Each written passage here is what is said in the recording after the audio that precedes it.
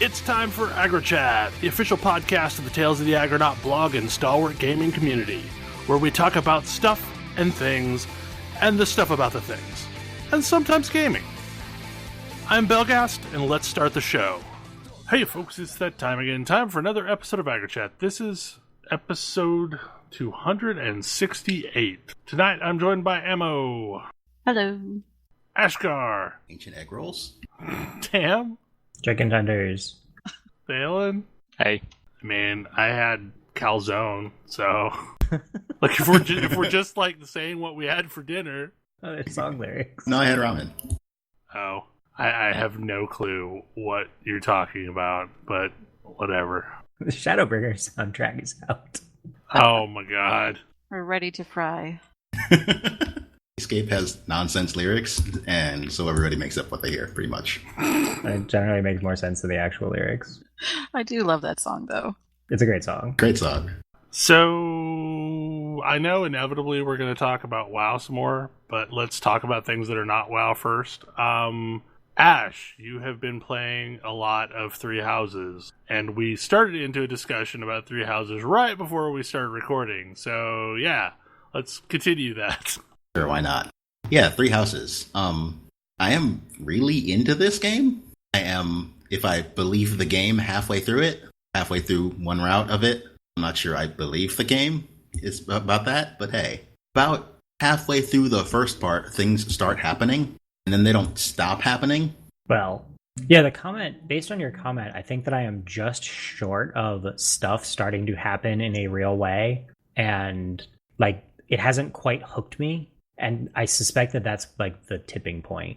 It was definitely a thing for me. Like, I played the start and like the first few months, and it was okay. It was kind of cool. And then I hit a mission where my opponent had a very fancy spear. At the end of that mission, things start to happen.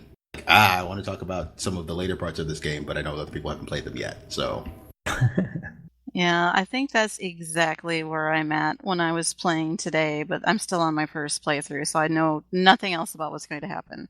Yeah, same. I'll need to sit down with it. It's one of those things where, for whatever reason, Fire Emblem games seem to be what I play on vacation. Like, I think they're just like the right... It's the right kind of experience for I'm sitting on a plane, and so when I'm sitting on a plane, I play them. Makes sense. I sort of got into a strategy RPGs before bedtime thing with the Sky of 5. Yeah, that's the other time. And I think part of it is that I've been more busy and doing other more things. And so I'm kind of like, I'm getting into bed and just going right to sleep, which is cut into my pre-bed strategy RPGs. I've been having a similar effect, but for different reasons, because I've been trying to stay up late enough to be able to play with the West Coasters. So I have been going straight to bed and not doing any of the pre-to-bed things. Yeah, that's been my game of the week because MMOs don't have pause buttons. True facts. So is this an on-call week? Huh? Lovely. Yes, the rest of you should get farther in this game so I can talk about it more. Duly noted. So another thing that came out either this week or very recently was Greedfall. And so... I'm super interested in this game. I just haven't had a chance to play it. But so I picked up this game. I played a bunch of this game last night. I have had a roller coaster of opinions about this game since it was first announced. Because the early marketing was definitely a thing. Yeah, the early marketing, the first stuff I saw about this game, it was like dramatic pan where you play a pseudo-European diplomat in like the colonial fantasy new world, and I was like, that's a big yikes for me. Whoa. Like, whoo boy. And so I was like, nope, I'm a nope right out of this. And I kind of spite watched the next trailer because I was like, what other awful things are they gonna do? And the next trailer is basically, hey, you know what's terrible? Imperialism. I was like, wait, that's your theme? And then the third trailer was also, check out all this magic. Oh, well then. And I was like, well, wait. Like, all this... Confused now. Yeah, I was like, I'm confused. Here's a bunch of... I definitely did not expect any of this. And so I was like, all right, I'll pick this up. I've read a number of reviews that have gone. I basically waited and read some reviews, and the reviews are very like, this is really well done. It's really compelling. Maybe it doesn't go as far as it could with some of its commentary, especially because it's dealing with some really sensitive subjects.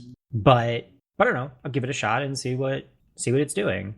So I loaded it up, and I mostly just want to talk about the first 15 minutes because the first 15 minutes feel like it's making a statement or a number of statements, and it's really interesting to see because it's like it opens up and character creation is cute.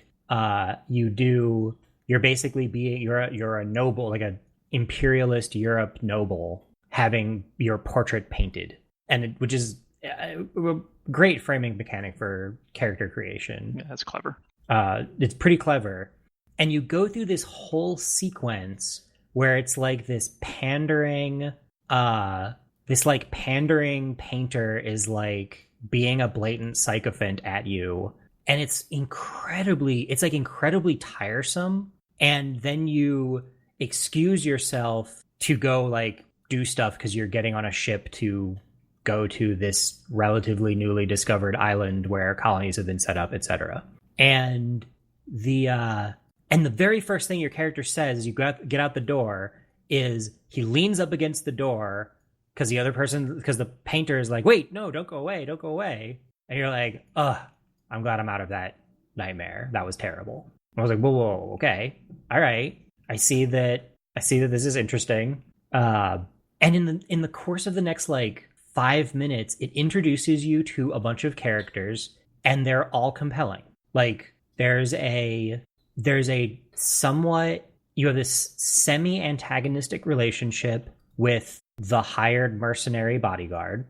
I'm like, okay, I can see that. Like it's a group of mercenaries and their captain who have been on your retainer for some, like, since you were a child. And like, yeah, I can see how that you would have opinions about that. And so you have this like semi-adversarial relationship. Where it's like he's loyal, but also because he's well paid, and it doesn't like pretend like it's anything else, and it just does a bunch of really interesting world building right off the bat with characters that I didn't expect to see. Your motivation for the motivation for this trip that you're going on is basically there's a Black Death equivalent that you're trying to find a cure for. And nobody's been able to find a cure on this side of the ocean, so maybe over there they're going to find a cure. There's all kinds of things over there. And the I don't know, I was really impressed with the way they introduced that. And then it's, hey, do a bunch of things on your way to finding your layabout cousin so that you can get on with this trip. And you can kind of like meet the major factions and meet various people, and mostly a lot of the people you run into are kind of dicks. Like you deal with two major factions, the ambassadors of two major factions, who ask you to do a quest for them, which is, you know, fairly standard fare, and also aren't really telling you the whole story. And I found it really interesting going through them. Like in both cases, I was presented with a quest where I had various like 2 or 3 interesting choice points that then built on each other. So in one case, like there was a guy who straight up lied to me about why he wanted me to do something, and I called him out on it, and I lost rep with that faction because he's like, are you going to cause a diplomatic incident over this? And I'm like, you lied to me. You lied to me and asked me to commit a crime on false pretenses. Like, yeah, I'm going to call you out. And the other guy was like, oh, I'm so disappointed that this didn't really work out the way I was hoping. Like, what happened? And I'm going to just be like, oh, it just didn't work out. Like, I'm so sorry. I just blatantly lied to this guy about what actually happened. And he's like, oh, I'm disappointed, but thank you for trying anyway. It was a bunch of like interesting cascading choices, both in how I try to solve something and then how I resolve it. And if that's the caliber of storytelling that I can expect through the rest of the game, I'm really here for it. It was super cool seeing this like this is a relatively simple approach, but there's a bunch of ways that you can go through it, and there isn't an obvious like blue-red choice. It isn't, in none of the cases was there a clear this is the right way to do this. I definitely had strong moral opinions about how I was going to resolve it, but I could see justifications for a variety of different ways. Definitely up for more games with moral choices that are not pat the puppy or kick the puppy. Yeah. Well, and the other one is in one of the cases, one of the quests I did what I think is the unambiguously morally right thing to do, and it punished me for it. I took some nasty factional hits for the purposes of basically standing up for what I believe in. And I got a ton of XP doing it. So it wasn't like they denied me the baseline quest rewards, but certainly my faction suffered. I'm okay with it. It sounds like you didn't like those guys anyway. No, so. I hate those guys. They suck. I know one of the things in the marketing was that some of the factions are directly and indirectly opposed to each other. So it is impossible to make everybody happy. Oh, yes. Like, straight up, like you can talk with the ambassadors. You talk with two ambassadors, they're opposing factions. And straight up, the thing that they're like, oh yeah, we're pretty happy with this, with your nation. Like, our one complaint is that you tolerate those other bastards. And you'd be like, huh, that's some interesting opinion. Thank you for sharing it with me. I'm a diplomat. I'm going to not cause a diplomatic incident. Or I am. Maybe I am going to cause a diplomatic incident. We'll see. It sounds like you are going to cause some diplomatic incidents. But like, part of it is it gives me strong opinions. Like, I have strong opinions about the people I'm dealing with, more or less right off the bat. Like, I like this group. I kind of like this group. I don't like this group. I'm willing to work with this group, even if they're maybe not great. Like, this group isn't necessarily great all the time, but I'm way more willing to work with them than I am this other group who I just think are terrible. And I haven't yet run into the everyone is just terrible feeling. Like, there are good people who want good things. It's not just like, this is super grimdark and everybody sucks. So it's not like Dragon Age. Right. I don't feel it's like, there's people that I don't like, and there's people that do like unambiguously awful things. And so thus far, like, sometimes I can see their side and sometimes I can't, but I don't come out of it like, oh, just everyone in this game is terrible and I hate all of them. And I'm not motivated to continue seeing and exploring this world because I don't like any of the people in it. Like, I've run into people who are doing bad stuff because they have no choice, or because they were misinformed, or, you know, they took a calculated risk and it didn't pan out. Also, the combat is pretty fun. It's I don't know how I would describe it. Inquisition, but with worse animations? Maybe, but Inquisition had... I feel like Inquisition had some sort of iffy... Like, I don't feel like Inquisition's combat was super great. This is more like The Witcher. It's reasonable. I'm assuming you mean 2 and 3 and not 1. Yes. It feels like The Witcher 3, but less punitive in its combat. Because, like, The Witcher will kill... I mean, and it's reasonably punitive. Like, it will kill you if you mess it up. But the parry window is is relatively permissive. It's kind of cool, you know, zapping people with magic spells, and you have 2 weapons you can equip. There's stealth mechanics that you can just opt entirely out of or entirely into, depending on what you feel like doing. But yeah, thus far it's pretty neat. I've been pretty surprised by it, and I'm interested in seeing more of it. I think I might switch over and play it on my console. I don't know if it's that my PC graphics card is kind of getting a little out of date, because I got my graphics card. My graphics card is was it 1060, 1070? But it was right before the really good 1080s. I thought you had a 1080.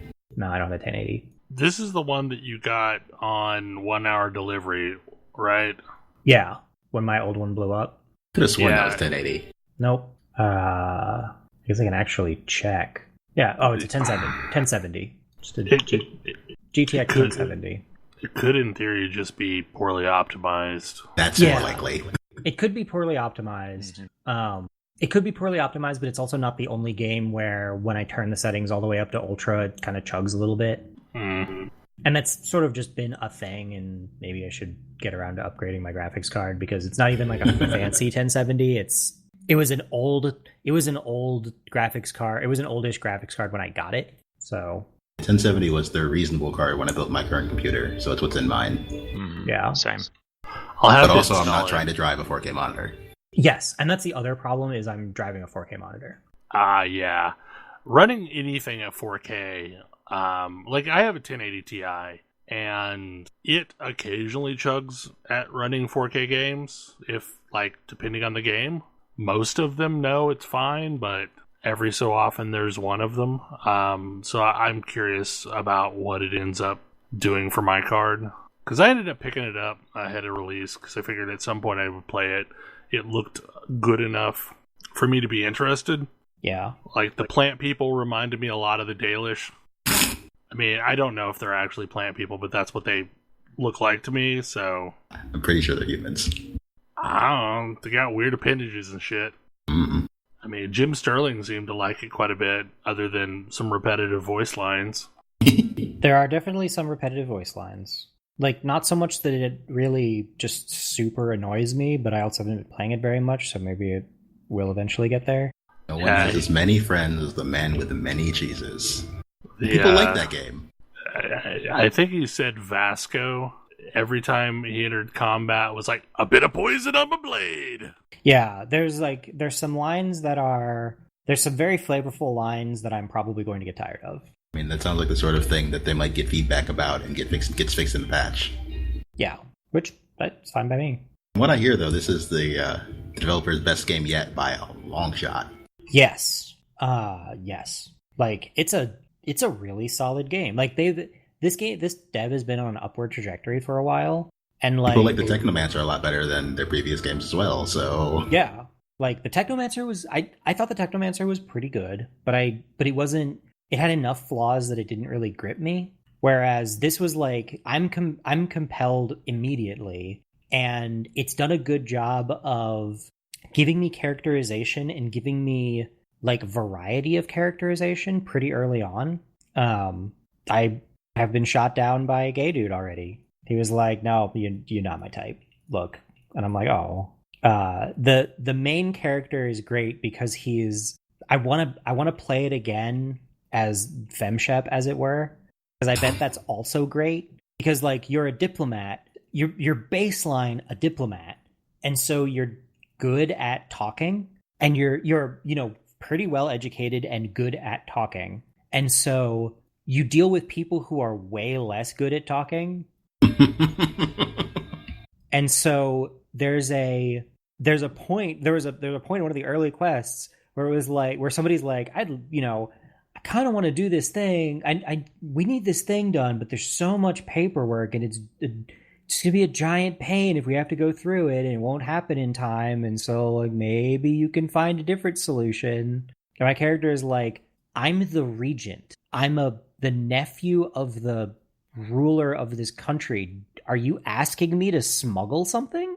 And he's like, no, I would never. Absolutely not. That would be illegal. And it's really funny. Who said that? I would never. That would be nonsense. Other people who are not good at talking, you say? Yeah. It's very funny. And you can do there's like a lot of basic stuff like that you can do without specializing in charisma, because it's just your baseline character. Does specializing in charisma unlock some ridiculous stuff to say? Yes. I figured it would. Specializing in charisma, there's some stuff that I'm like, there's no way that's going to work. And like, your baseline success rate is like 50%. And I'm like, no, that definitely didn't work, because that was a ridiculous thing to say. But sometimes it'll be like, I say something and somebody's convinced by it, and then my companion is like, I cannot believe that worked. I'm like, I can't either. I'll be honest. I think the biggest thing I'm hoping is we really need more mid-tier developers that do really interesting games that are big and and full of lots of plot twists and not just a bunch of indies. And this developer seems like they might be capable of filling that niche that used to exist a lot, but I mean, doesn't I asked really this last anymore. week, but what tier is Larian considered, I guess?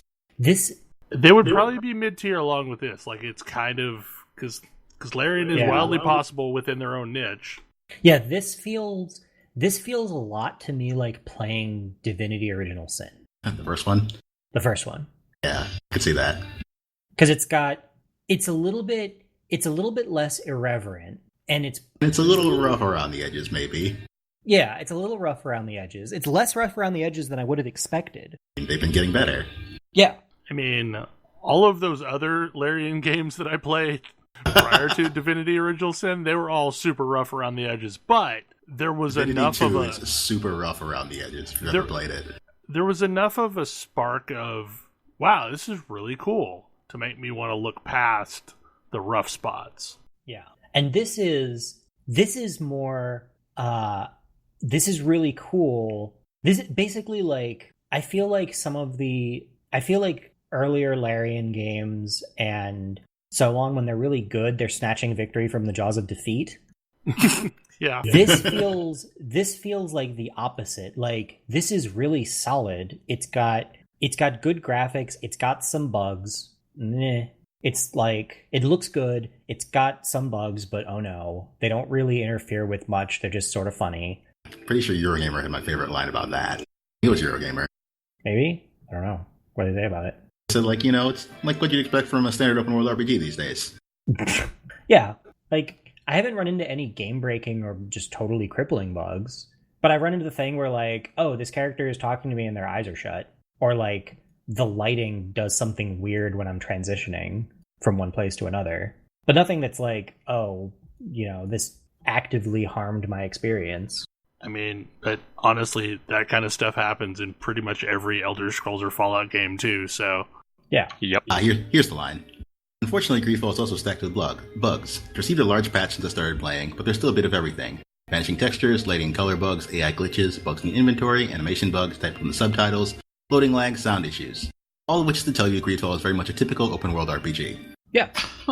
True facts. But yeah, it's like if the biggest complaint that I wind up having is that it doesn't treat its source material with as much, like, as delicately or as interestingly as it possibly could have, like, that is a good place for a game to be at, I think. Like, as long as it's not just a total disaster, but nothing I've seen so far suggests that it's likely to be a total disaster. Despite, like, I wouldn't make a game about colonial era anything.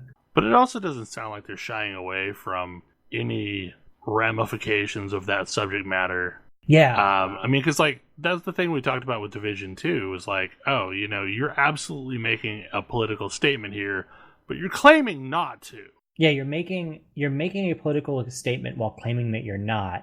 They're making a political statement. Like, they are making a statement. It's just how much how consistent are they about it? Yeah.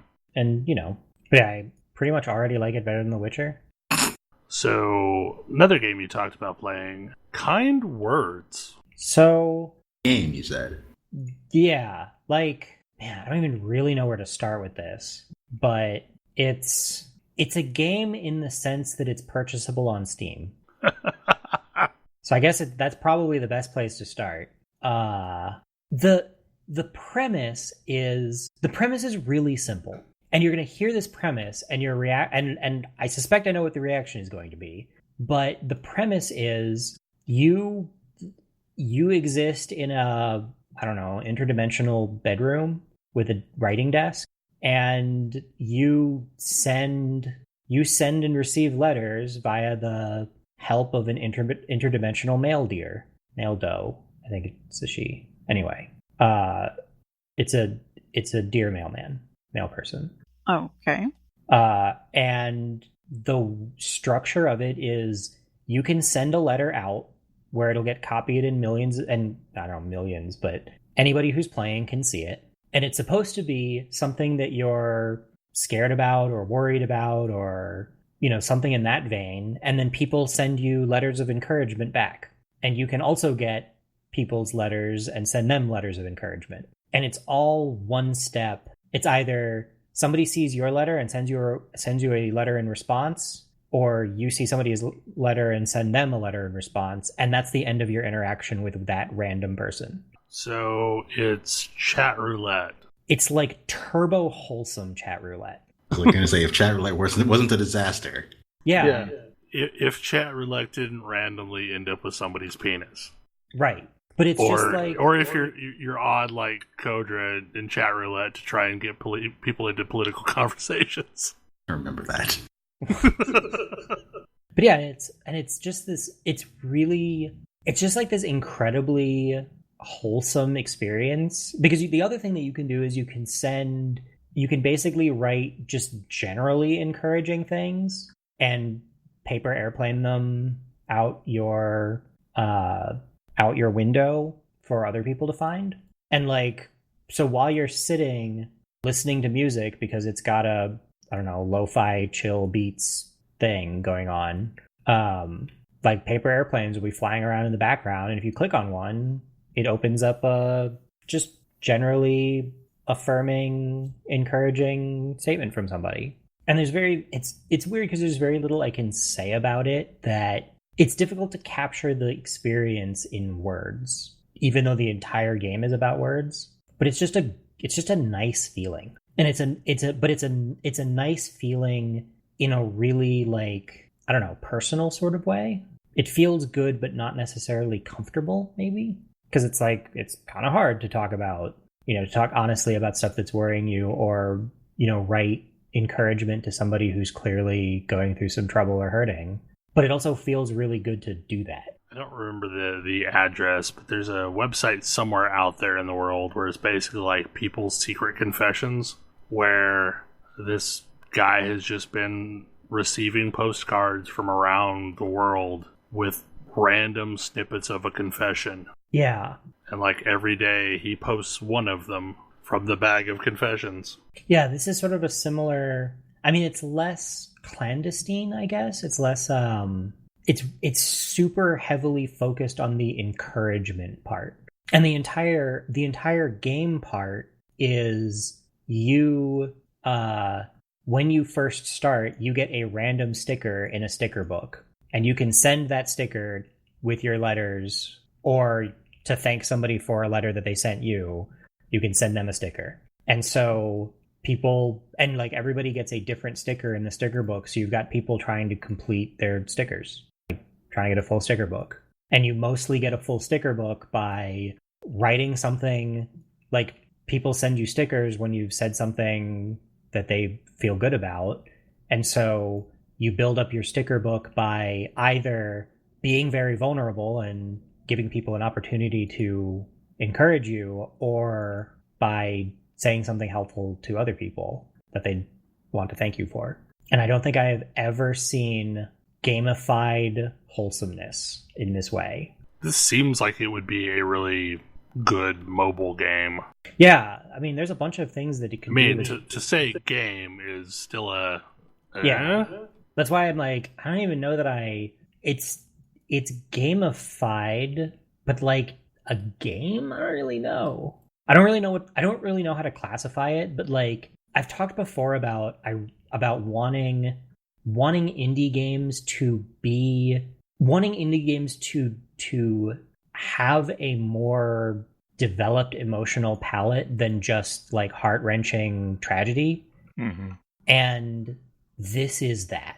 Like, this is indexing on a completely different emotional suite than like almost any other indie game I've played, because it's the closest thing I can think of is like the Emily is Away series, which is really trying to make you feel uncomfortable and slightly awkward in that, like, I'm a teenager figuring things out sort of way, and I'm not good at communicating.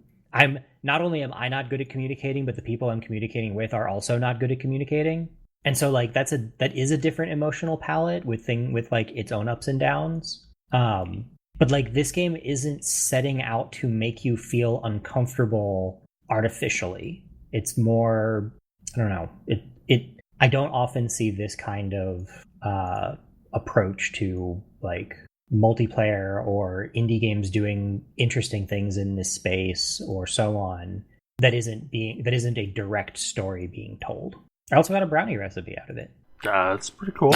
Like somebody post. I click on the paper airplanes as they go past, and one of the paper airplanes was, "Hey, I thought I'd post. I have a quickie fun brownie recipe in case anybody wants it." And I was just like, "Here's a brownie recipe. It's like chocolate lavender brownies." And it's like I don't think that's technically what that's for, but it's in the spirit of it. So you write things to make people happier. But yeah, it's one of those things that I recommend at least seeing, because every piece of it is opted. Like you only reply to letters that you want to. If you don't, you just go on to the next one. And you don't have to send any paper airplanes out or write a letter yourself or anything. And in fact, like I've seen a number of letters that are people, because you can change the letter that you write pretty much whenever. There's definitely letters that are like, the thing I'm most nervous about is writing how I feel in here. And people get encouragement from that. I feel like this game also has the benefit of being extremely cheap. Yeah, it's $5. Yeah, it's like $5. I mean, that may help. Yeah. So another thing that's been going on this week is we have been doing a large number of dungeon runs in WoW Classic, and just generally leveling and continuing to comment on the weird case of what was lost in MMOs. Have we talked about how uncomfortable some meetings must be, right, at Blizzard HQ lately? Yeah. Mm-hmm. Okay. Because like playing this game, it's very clear we lost things in the shuffle. And we kind of talked about this prior to the show. Like okay, so earlier Tam and I were on for like an hour chatting away, and we had some cogent discussions. So we probably should have recorded that, but the big thing I'm noticing is World of Warcraft Classic Dungeon are places in a way that later dungeon design aren't.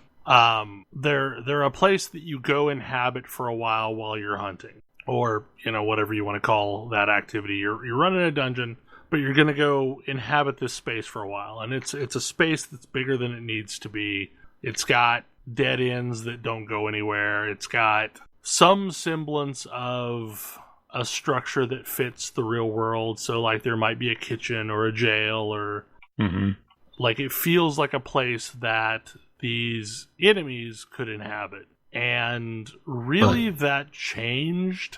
But Bell, What? one of the most popular vanilla dungeons is not like that at all. The Dead Mines is a linear walk through a variety of environments that don't make any sense. It's true. So you get to a giant ship. Dead Mines was the beginning of that. But really, like all of the classic WoW dungeons other than Dead Mines are this way. So pretty much. I'm actually going to challenge the Dead Mines thing, because I think Dead Mines is absolutely linear, no argument there. But a bunch of bandits took a mine and turned it into their base of operations, where they are building basically like ships to go fight Stormwind with, which is basically the entire storyline of it, is entirely supported by the environments. The layout of Dead Mines with like a logging room and like a smelter down in there and giant harbor, but I agree with what you're saying. It was clearly designed for linear showpieces. Yes. Yeah, but like if you think about it, this is a place where they're clandestinely building a ship, and all of those set pieces that you're talking about are parts that you would need to build a ship. Like you're going to need some way to fashion the masts or the planks for the structure of the ship. So that logging room is that purpose. You've got all the mines to funnel ore towards the smelter, which is really doing a lot of engineering. So the creation of all the moving components of that boat. It is So, totally linear set piece delivery. No arguments there. But I believe it as a place, if a kind of weird place. Okay, here's the thing though, is like we've talked about this where I feel like this is a situation of Blizzard taking the wrong lesson away from experiences. Yes, Dead Mines was the most popular dungeon. However, I feel like it was the most popular dungeon because it was the payoff of the best quest chain to exist in World of Warcraft at the time. Well, and also And for quite Alliance, it possibly- was the first dungeon. Yes. Yeah. Like, But I don't know about you, but like I had absolutely gone through the Defiance arc from Westfall before I went into Dead Mines. oh yeah. I mean, it's So- continuing storylines from Elwyn if you started a human. Right. And as a result, like it's this massive payoff. And I think that's what players like was I think there are a lot of things players liked about the Dead Mines. But the takeaway was, oh, players want a purely linear experience. And if you look at Burning Crusade on, all of the dungeons they designed were designed to be events, not places. And to some extent, there were still side jaunts you could go on in some of the BC instances. Like if you knew what you were doing, you could maybe shortcut a little bit. But then from Wrath on, dungeons were absolutely a hallway designed to be run as fast as possible. Well, I think also like Except all for the dungeons in initial WoW, I liked the Oculus. the Oculus was a thing. Definitely a thing. I know I'm the only person who liked the Oculus, but even so, I don't remember the Oculus. some of you flew around on Drakes. Yeah. Yeah. And you have a fight where you don't play your characters. The final boss fight, in fact, you aren't playing your class. Oh, But also, the healer in that boss fight is one of the coolest designs they've made in the game. it's true. Anyway, whatever. I remember that. But yeah, I feel like all the dungeons in initial WoW, you can tell that these were designed with the EverQuest dungeon style in mind. Yes. Like they didn't intend you to go into this dungeon and go all the way to the bottom on your first attempt. They intended for you to come in, delve in a ways, do a couple quests, kill some things, leave, come back at a higher level, go further in, and so forth. And BRD being the BRD in most particular, yeah. extreme. BRD and standout. Maradon are both large examples there. Yeah. I mean, they split those into multiple instances in modern WoW for that very reason. It's like kind of, Scarlet Monastery they actually split it into, it's technically all one instance, but it's actually 4 different instance curtains. But yeah, like, I mean, I turned in, after we did Gnomeregan, I went and turned in one quest, and the guy was like, this might be helpful if you decide to go back in to fight Thermoplug. It's like, well, we already killed him, but thanks. But that was a reward for, like, one of the quests at the very beginning of the instance, where things were like level 25, 26, so forth. Thermoplug's like 35. plus 34. 34, yeah. So, yeah, 10 level range in there. Yeah, and Gnomeregan specifically has a backdoor. It was like Yes. you can shortcut parts of this if you progressed a certain way. It's like checkpointing. Yeah. Went far enough to get the executioner. Yeah. You could then come back in the back door next time. But there's a lot of things like that I guess I didn't really realize I was missing until I'm thrust back into it. And sure, there's bad dungeons too, because like really stockades is just not a thing that anyone should ever run. I mean, Stockades is still following that design. There's just nothing. There's just nothing useful in there. worthwhile in. Yeah, Yeah, Stockades, for all that it's a jail. Yeah, for all that Stockades sucks, it feels like a place. It just feels like a place that sucks. Right. Yeah, because Gnomeregan is hateful, but you get really good rewards from the quest to beat Thermoplug. So there's a reason to go in there. Right. Yeah. And there's nothing that drops that's very good at all in Stockade. Stockades was only good for farming wool and linen when you were a higher level. Yeah. Yeah, it was a good cloth farm. That's true. Well, and the same's true for RFD. Well, for Or Scarlet, RC. Scarlet was the place that I would go farm silk anytime I needed to go gather up silk quickly. So I walked away with almost 2 stacks of silk from the other night. Right. Yep. Ragefire is where you go if you pick up enchanting later in the game. Yes, because they throw greens at you. Yeah. Well, what level range is Stockade? I think there's also that. I think Stockade. It's not a level overlaps with range that other makes stuff, any but- sense. Yeah. Stockade is like 22. It's higher than that, I don't think. Is it? I thought it was like 22 to 24. I think the missing diplomat does send you in 24 there. 24 to 32. I remember going in there for a quest relating to the whole missing diplomat thing. Oh yeah, maybe it's like... Oh, it's... I remember now. It's the same level as Duskwood, but Duskwood is actually a whole bunch of compelling quests. Mm-hmm. I mean, also this quest, these similar level range as Nomergon. Yeah, it does overlap a lot with Nomergon, and there's a lot better reason to go into Nomergon. But again, if you are doing the quest from Van Cleave, it does send you in here. But yeah, it's been interesting playing vanilla dungeons again. We're starting to get to the point where crowd control is actually useful. Well, it's going to become real useful because When they nerf Demo Shout? Yeah, when they nerf Demo Shout.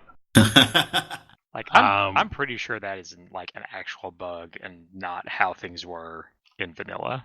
I don't think Demo Shout was that good. The thing is like we never used Demo Shout for that purpose really. Because there was a build. Druids used Demo Roar for that, and it wasn't as good as Demo Shout currently is. Yeah, so there was a build you could do that I remember our AoE tanks would do that was centered around sweeping strikes, and that was way better AoE threat than Demo Shout. So maybe they'll rediscover that build when Demo Shout gets nerfed. Maybe. By the way, I find it amusing that there is a developing meta around AoE dungeon runs. Yes. What, in vanilla? Yes, in vanilla. In Classic. Yeah. I am amused that, Demo Shout aside, this just wasn't the thing before, was it? Yeah. No. No. And I wonder how much of that was, again, people were used to EverQuest. Right, where crowd control was incredibly important. Yeah, there's... Like, mob damage is not yet to the point where non-tanks get one shot. Right. It didn't really happen until, like, the level 60 stuff and BC. I mean, when we were in Nomergon, it was getting to the point where Verney was getting shredded anytime he started AoEing. Because, like, my problem is not threat generation if I'm actually able to use abilities. It's keeping enough rage to keep enough threat on things. Because, like, when I get rage, I can rip things off of anyone. It's just, yeah, that rage is still a thing. Well, and isn't rage is dependent both on you hitting and getting hit, right? And at this era of the game, and this was true through most of BC, the majority of my rage component is from me getting hit by mobs. Mm-hmm. So if you that's not true for druids at the moment. So, like, if you rip a mob off of me, you're doing two things, basically. Like, yeah, you're making me scramble to try and get it back, but two, you're making me do it in a standpoint where I don't have any rage to do it. Because, like, my font of rage is lessened by not getting hit. So I should probably stop stunning everything, right? It depends. Like, sometimes I have gotten enough threat on it that when it comes back from stun, that it wakes back and goes back to me and it starts giving me rage again. But yeah, like, if I've got 3 things on me that are hitting me actively, I could just keep attacking everything. But if I only have the one thing, I could do significantly less to it. Because I remember it being a thing where you actually had to take off parts of your gear for lower level dungeons to be able to get any rage at all. Right. This is where the practice of tanking without pants came in, because that was just enough to make it to where I was taking damage. And it's not just getting hit; it's that I have to take damage. Mm-hmm. It's Druids a weird build mechanic. A lot of their threat from their auto attacks. Druids have a 2.5 speed auto attack in bear form, and it gives you a bunch of threat if you hit with it. A bunch of rage if you hit with it. So my issue is if I start a fight and I get parry, miss, dodge, I got nothing. Yeah. I understand how the idea of rage as a mechanic was something that somebody thought was a good idea, because on paper, it seems fine. In practice, it is eventually fine. Yeah. There are some scaling issues Yes. in higher gear levels where it becomes not fine again, or on the other side. Yeah, I mean, and threat in itself has always been a problem. Like, it is a very delicate balancing act because you either have situations where the tank is struggling to hold anything, or you have what happens in modern WoW where the tank generates enough threat by itself that, like, you might as well not even be hitting it. Like, you might as well just be DPSing because it's never going to leave the tank. So it's hard. I've not found games that do great in the happy middle ground where it's either threat is a constant problem or threat is just not even a thing that you have to worry about. I feel like when I started in BC, it wasn't exactly a problem. Like, I didn't have to wait for Sunders or anything, but it did mean a lucky streak could earn you threat. Well, the big thing that happened in BC, and I believe this happened in BC, it may have happened to Wrath, but we got Devastate. I think that happened in BC. And Devastate was the bottom tree BC, bottom tree protection in BC. Right. Devastate made a massive difference because that was the thing that we were using as filler, and it was sundering. So, like, also, Paladin tanks became a thing in BC. Paladin tanks became a thing in BC because Paladin tanks were not really possible to be a thing, and I think it was an overcorrection because I played a Paladin tank. They were very, very good during BC. Yeah, like, I remember when I first got my Paladin tank up high enough to tank anything, it's like, oh, I'm going to pull this room, and the next room, and the next room, and then you're just going to burn it down while it's on me, because it's not a big deal. Also, I need to pull all of those rooms, otherwise I'm not going to have any mana to use my stuff. Yeah. Mm-hmm. Yeah, that was the Blue Rage Bar era. I mean, Paladins may be semi-viable as tanks at this point in vanilla. It would be rough, but, like, we're past the Seal of Rage days. Righteous Fury does exist. Like, Seal of Rage was the first thing that Paladins had, which was a seal that you had to run that basically generated threat. But, like, you get a lot of damage from your seal, so you were running a useless seal. Yeah, at this point, Righteous Fury exists. Reckoning exists, but it's bad. Holy Shield does exist, but the get mana per damage taken talent doesn't exist yet. So Paladin is probably not viable right now. Paladin tanks being bad is the reason why I have a warrior. I mean, because, like, I wanted to be a Paladin tank. That was the class that I intended to play, and it was just not viable. I mean, too many runs with too many guildies that were super understanding, and me not being able to hold threat on anything. So along with the whole discussion of dungeons being places, it feels like the world is more of a place than what we have in modern WoW. And I don't know if this is that zones were... Like, I don't know if this is a happy accident that zones feel this way, or if it was intentional, but, like, the problem with modern zone design is it's too clean. Mm-hmm. You progress from, like, a level 1 area into a level 2 area into a level 3 area, so there's a clear progression as you go across, and there's no aberrations in the zone. But it's the used any zone sweepers since the giants in Wrath, as far as I know.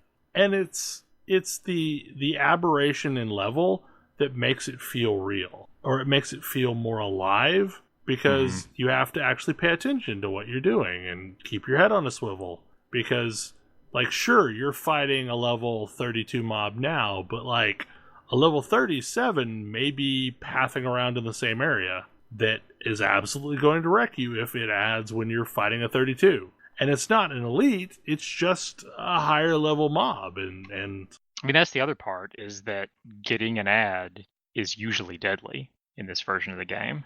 That depends a bit on class. It does, and it depends on whether you were prepared for it in a lot of cases. But an ad you weren't expecting can wreck your whole day, even if it's not the Son of Argal. I mean, I think also zones in vanilla have parts of them that don't serve an explicit purpose. Like they're just part of that zone because they're yeah, part there of would the be upon zone. there. Yeah, there would be, you know, nooks and crannies and hills. I mean, it was the thing Not- that I always talked about with Rift cities. Rift cities had an absolute bare minimum of space so that you could get to the services you needed in that city. And they always made me think, and I never put it together, but they make me think of gas stations. Yeah, I can see that. Where gas stations are super utilitarian. That space is used very specifically, and sometimes there are wider open spaces, but for a reason. And like I was rating Vanilla WoW cities the other day. But like Undercity is super iconic, but it makes no sense as a city. Yeah. Orgrimmar is like an absolute nightmare to navigate, and also doesn't really make sense as a city because why would anyone build it that way? But like Thunder Bluff, while not a place I necessarily want to hang out, I believe is a city. Stormwind, I believe, is a city. I mean, Thunder Bluff feels less like a permanent settlement and more like a gathering place for a bunch of nomadic Tauren. Right. Yeah, which makes perfect sense. Yeah. And yeah, and Stormwind, like, actually does a pretty good job of feeling like a real city, in part because there's all these buildings that are just there. They're not for anything for you, but a city would definitely have lots of buildings that adventurers don't care about. Well, and Ironforge gets close to that, but it doesn't have enough empty space. Like, had we had a multi-floor Ironforge, maybe there would have been enough to spread it out a bit. I know there's a couple empty shops that don't have anything in them. Yeah, there are a few. But there's not as many as Stormwind has. I still think that the best city made in any MMO is Lion's Arch. Oh. The human city in Guild Wars 2. Mm-hmm. Lion's Arch is really do you mean Divinity's Reach? Divinity's Reach, sorry. Yeah, that's what I was going to say. Lion's Arch is crazy sea life, and that's cool in its own way. Yeah. That's not quite what you're looking for. Lion's Arch is the Sea Life gas station. No, Divinity's Reach, because it's huge, it's sprawling, you can get lost in it. It's got value, it's got useful stuff all around it. Old Lion's Arch used to be like that, so that's why people complained when they blew it up. Mm-hmm. The what? Old Lion's Arch was like that too. So that's why people complained when they blew it up. Yeah. Like I believe that's a city, and it does a lot of really good blending of real space with a point and real space that doesn't have a point and facades to not only feel big and expansive, but also make me believe there's more city that I'm not seeing. It like gives me imagination space to fill in the gaps. Because like cities are big. Cities are big, and for any individual person, mostly pointless. I walk like 20 minutes to the office, and probably 90% of the buildings I walk by are pointless to me. Yeah, and that's always the problem with MMO. Well, in any kind of game city, is there's not enough pointless space, or not enough space that doesn't matter to the mission of whatever goal is being played out in that space. Yeah. If you reduce all of your services to one small space, like, then your cities stop having personality. I also feel like City of Heroes did a good job of representing a city space. That's true. Superhero MMOs like to have a lot of space that you aren't using. Right. Because then they can set things in and around them. Whether or not you can enter these varies. Like Champions had a few buildings you could enter for no real reason. Well, the thing I liked about City of Heroes was the instant store system, where so oftentimes it might be a building that you've walked past 100 times, and then all of a sudden you've got a mission to go into that building. Mm-hmm. Which still makes me sad that Champions didn't do a better job of being that game. Yeah. It had so much potential. True facts. Remind me again where Bill Roper is working now? I don't even know. Because he went on a series of unfortunate games after that, including Bell's favorite. Disney Infinity? Hellgate London. Oh, Hellgate London, yeah. Well, he was also on the Disney what is it Infinity? Mm-hmm. Yeah, he was on that team too. Yeah, because he did Champions Online and then Star Trek Online. I don't know where he went after. And he was part of Gazillion too, and did Marvel Heroes, and then after that did Infinity, and I have no clue where after that. I think he's part of a tools company selling some connected world engine. Mm-hmm. I don't think Roper was involved in Marvel Heroes. Brevik was. Okay. That's probably Okay. Yeah, that probably is. So the other thing that I've noticed about zones that Tam and I were talking about earlier is the zones are laid out, like you said, in an EverQuest model, but because of that, there are camps with a lowercase c, where there's a feature somewhere on the map, and some things happen to align with a certain amount of density there to make it a spot where you can find something there. And like this was really noticeable in Murlocs, but it really hit home in the Salt Flats area in Thousand Needles, where you have this quest to kill all of these things that just happen to be roaming around. However, if you hunt it out, there are certain places where more turtles spawn than anything else. And it's around like what looks like a tiny skeleton. Little piece of crashed junk or skeleton or something. It's like a giant turtle skeleton is one, and then there's another one at an old boat that crashed, and then there's like a destroyed tent camp, and there's tons of scorpions there. I vaguely remember these.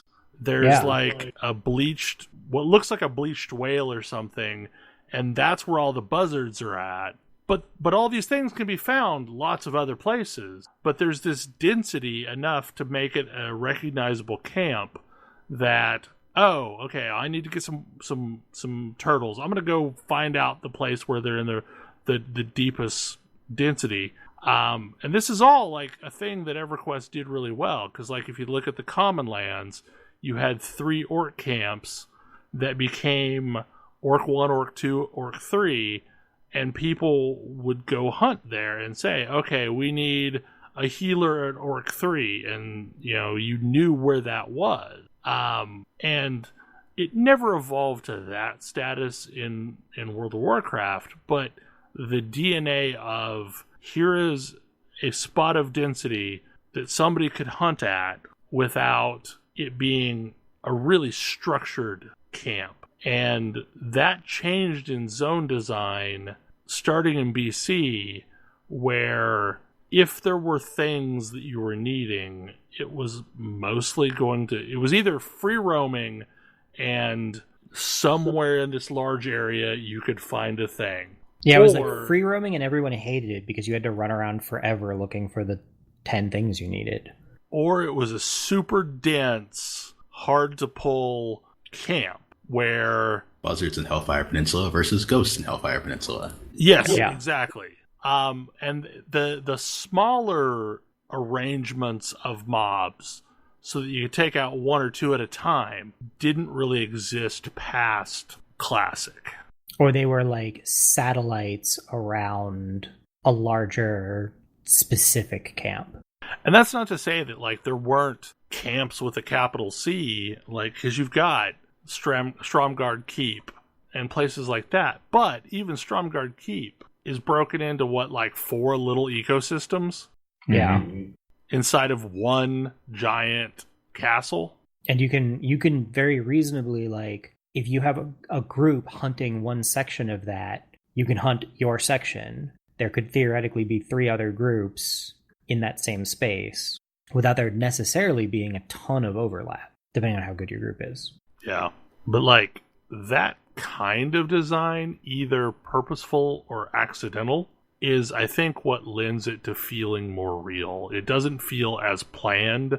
It feels kind of messy, like these spots of density just happened on their own. Not that someone set up a camp and this person is always going to be at pixel 3242, and when it's dead, it'll spawn back again at 3242. Yeah, even though that's literally what it is, it doesn't feel that way. Right. And the other thing that I've noticed is, we were talking about this as well, is like the sound design is completely spot on for this game. And it ends up creating these little vignettes where I was running along a path and there's a stream to the side of the path. And then up ahead, there's a point where the elevation raises and it creates like a little natural waterfall. And just the fact that I could hear the waterfall moments before it actually came into view created this little moment where, like, it's hard to explain. Like, it just felt like, oh, I'm in a real setting at that point. And yeah, it's cartoony as hell, but it feels more real than a lot of more realistic games. It's interesting because the other piece of that is there is almost no music. Like, there's almost no zone music. And I remember I never turn off the zone music, but I knew a bunch of people who would turn off the zone music or even the entire game sound, but mostly zone music, because it was so rare and mostly not that interesting that when it started having good zone music, it was sort of a surprise. Like, oh, I didn't even realize WoW had music. Barrens has zone music. You just only hear it for your first, 3 minutes in the Barrens. Mm-hmm. Yeah. I mean, there's a setting to set it to loop, but I didn't even know that existed. I've always turned on loop because usually it's just ambient music. It's not a defined theme. It's not Lahi. Yeah. Yeah. There's certainly some amount that's missing from that, like, because it isn't. But it's a more naturalistic feel that there's a theme playing in the background. And honestly, what it reminds me of a lot is the way music originally worked in Minecraft, where you would just be trudging along and then all of a sudden the music would start to fade in, and then at some point it would fade back out, where there's like these little interludes that break up the game as a whole. But it's not like there's a theme to the point where you can hum it or you'll be humming it for hours like Lahi. Yeah. Yeah, like there's plenty of music that I hear it, I'm like, oh yeah, I remember that. But it's not like get stuck in my head. The only piece of music I would recognize from WoW is the Stormwind theme. Yep. I recognize there is a dungeon theme that is things happening in a dungeon. And I remember it because it plays in a very particular, like, relatively quiet corner of Molten Core, right as you're approaching Lucifron. And, like, not weirdly, not through most of the rest of that zone, but whatever. But the interesting part of that is I didn't realize how much it shows up just forever in dungeons. Like, it's not even that, it's, like, not uncommon, and it's not as rare as I thought it was. It wasn't like, oh, this is the Molten Core. Like, it was in my head, it was the Molten Core music, but it's really just every dungeon starting from, like, Shadowfang. It plays in Ragefire. Yeah, probably was Ragefire. I'm not sure I was listening, but I know what theme you're talking about. Yeah. It also weirdly sometimes plays in tunnels between, like, the wetlands and Dunmorrow, or the wetlands and yeah. But there's also, like, but because the music isn't doing very much work in sound design, there's a lot of sound design, especially, like, you were mentioning ambient effects. I always think about combat sounds. I think of aggro sounds mostly. I remember aggro sounds, and maybe it's just another one of those classes, functions of classes that I play, but I can tell you, like, the rogue has incredibly iconic sounds. I mean, and for a class where there's a lot going on, like, as a rogue player, there's a lot going on, and it really, really helps to have the very good sound like audio feedback, because it's just a lot going on. Like, you are attacking fast and you're hitting buttons very fast. And so knowing when those buttons land. Yeah, like that's the big thing. Is like I know when I landed an attack and when I botched an attack. Like I know when I've applied rend successfully. Yep. Or if I need to try and reapply it because it failed. Pink. Yep. Mm-hmm.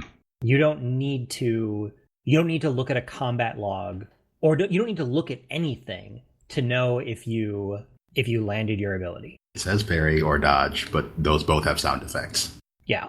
And also, you miss the sound effect of whatever the ability was supposed to sound like. Yep. Since there is basically only 2 attack animations per race, sound is doing a lot of work in Classic WoW. Yeah. And it makes the combat, which was already pretty responsive, to be fair, but it makes the combat feel even more responsive. Because I press a button and something noticeable happens, even if that noticeable thing is a sound. And it feels really good to hit a button and have a thing, like a noticeable thing happen. Which is something that I'm missing in a lot of MMOs, really. Like modern WoW has stripped out all of the iconic sounds. I don't really know why, but it leaves the experience feeling kind of mushy, which is not what I want in my combat. It also kind of makes a lot of the classes feel samey. Yeah, because I don't have like a unique sound that I'm getting. Because I think of like that iconic cracking ice frost mage sound when your frostbolts land and the like ice explosion. Whereas I definitely don't have that same experience with most other MMOs, honestly. FF14 has like incredible animations for a lot of its stuff, but I can't really think of sounds. Fire 4 maybe. Maybe I couldn't. I don't know that I can immediately call to mind. I can't immediately call to mind the sound of Fire 4 the way I can call to mind the sound of Cheap Shot. Actually, the only ability I think I can immediately call the sound of is Chaos Thrust for Dragoons. Yeah, I have no idea what that one is. Holy's about the only one that I can call up.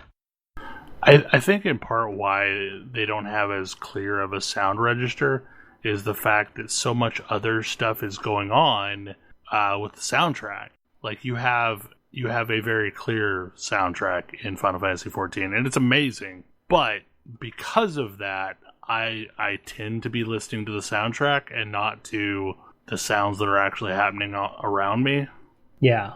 Similarly, like I think of SWTOR, and the only sound I can think of that was iconic in SWTOR was the like double strike lightsaber staff attack, just because it was like that 2-hit. It was just a 2-hit lightsaber thing that you heard a lot, but even it didn't really stick. Yeah, the one that I can remember the most is, I don't even remember which attack it is, but it's the one where you're basically like doing a lightsaber backhand with like the hilt of the lightsaber as a tanky guardian, and that was the thing that had the most clear sonic register. I played a commando and couldn't tell you what any of my sounds were. Okay, so we've gone over at this point, and should probably wrap things up. I am sure we will continue to talk about Classic as long as we're enthralled by Classic. Oh, probably. Anyway, hopefully you enjoyed the show, and we will see you again next week. Good night. Good night. Good night. Good night. See you.